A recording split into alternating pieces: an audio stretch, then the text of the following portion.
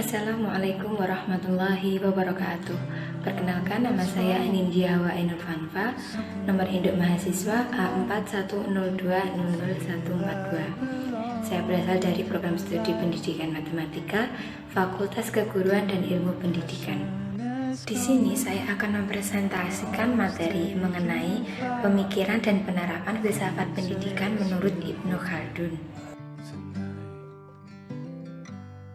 Ibnu Khaldun adalah salah seorang sejarah yang berbakat dan cendekiawan terbesar pada masanya, salah seorang pemikir terkemuka yang pernah dilahirkan. Nama lengkap Ibnu Khaldun adalah Abdurrahman Zaid Waliuddin bin Khaldun yang lahir di Tunisia 1 Ramadan 732 Hijriah atau 27 Mei 1332 Hijriah. Nama kecilnya adalah Abdurrahman, sedangkan Abu Zaid adalah panggilan dari keluarga. Pendidikan yang diperoleh Ibnu Khaldun adalah agama, bahasa, logika, dan filsafat.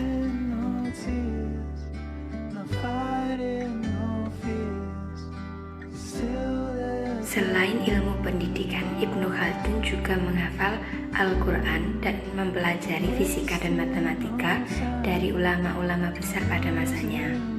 Pada tahun 1354 Masehi, Ibnu Khaldun pergi ke Maroko dan memasuki usia 20 tahun, ia mulai tertarik dengan kehidupan politik. Karena kecakapannya, Ibnu Khaldun diangkat menjadi sekretaris Sultan di Maroko pada tahun 755 Hijriah. Menurut Muhammad Abdullah Enan, secara psikologi Ibnu Khaldun memiliki sifat yang angkuh dan egoisme, penuh ambisi, tidak menentu, dan kurang memiliki rasa terima kasih. Di samping itu, Ibnu Khaldun juga memiliki sifat pemberani, tabah, kuat, teguh pendirian, dan tahan uji. Ia juga memiliki inteligensi yang tinggi, cerdas, berpandangan jauh atau berpandangan luas, dan pandai berpuisi. Ibnu Khaldun adalah satu-satunya sarjana muslim waktu itu yang menyadari arti pentingnya praduga dan kategori dalam pemikiran untuk menyelesaikan perdebatan-perdebatan intelektual.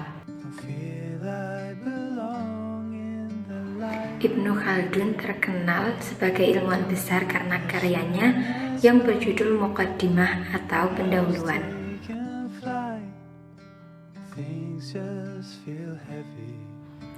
Pemikiran Ibnu Khaldun.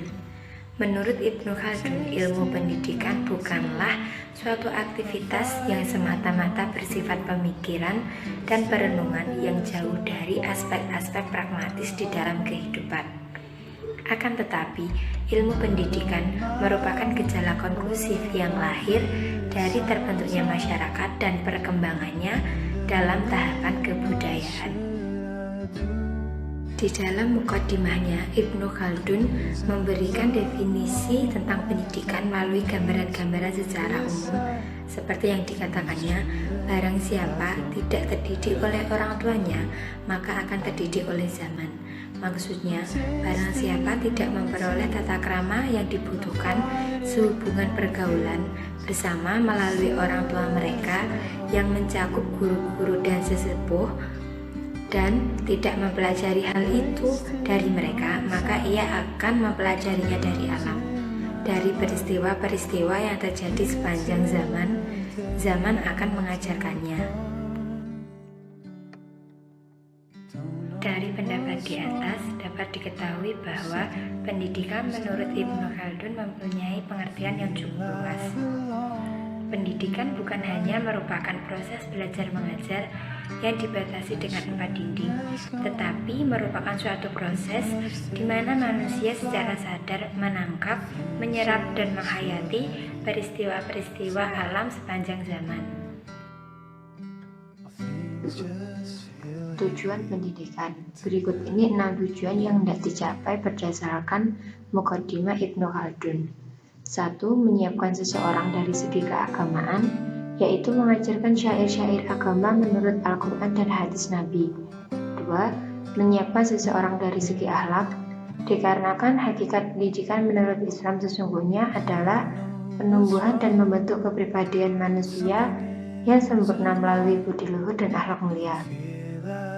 3. Menyiapkan seseorang dari segi kemasyarakatan atau sosial. 4. Menyiapkan seseorang dari segi vokasional atau pekerjaan. Ditegaskannya tentang pentingnya pekerjaan sepanjang umur manusia, sedangkan pengajaran atau pendidikan menurutnya termasuk di antara keterampilan-keterampilan itu. 5. Menyiapkan seseorang dari segi pemikiran, karena dengan pemikiran seseorang dapat memegang berbagai pekerjaan atau keterampilan tertentu. 6.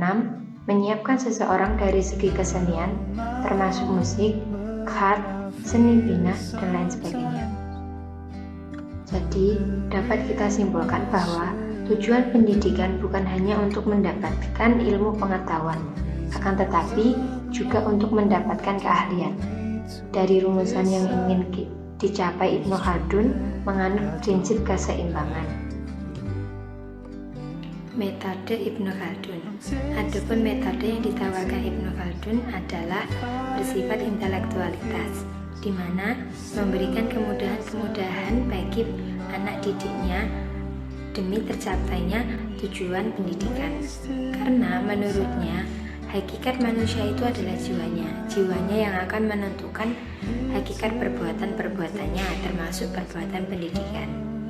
Secara umum dapat kita katakan bahwa pendapat Ibnu Khaldun tentang pendidikan telah sesuai dengan prinsip-prinsip pendidikan Islam, yakni aspirasi yang bernafaskan moral dan juga agama. Penerapan dalam pendidikan. Di dalam buku mukaddimahnya, Ibnu Khaldun telah mencanangkan langkah-langkah pendidikan sebagai berikut. Pertama, di dalam memberikan pengetahuan kepada anak didik, pendidik hendaknya memberikan problem-problem pokok yang bersifat umum dan menyeluruh dengan memperhatikan akal anak didik. 2. Pendidik membahas problem-problem yang diberikan secara detail dan terperinci. Ketiga, pendidik menyampaikan pengetahuan kepada anak didik secara lebih terperinci dan menyeluruh, serta berusaha untuk membahas semua problem. Bagaimanapun sulitnya, anak didik memperoleh pemahaman yang sempurna. Berikut ini saya sertakan foto Ibnu Khaldun dan juga buku mukaddimah atau pendahuluan. Sekian yang dapat saya sampaikan, kurang lebihnya mohon maaf. Minum jamu sehatkan raga, makan buah sehatkan mata, kumpulkan ilmu dalam dada, amalkan ia di kehidupan nyata. Wassalamualaikum warahmatullahi wabarakatuh.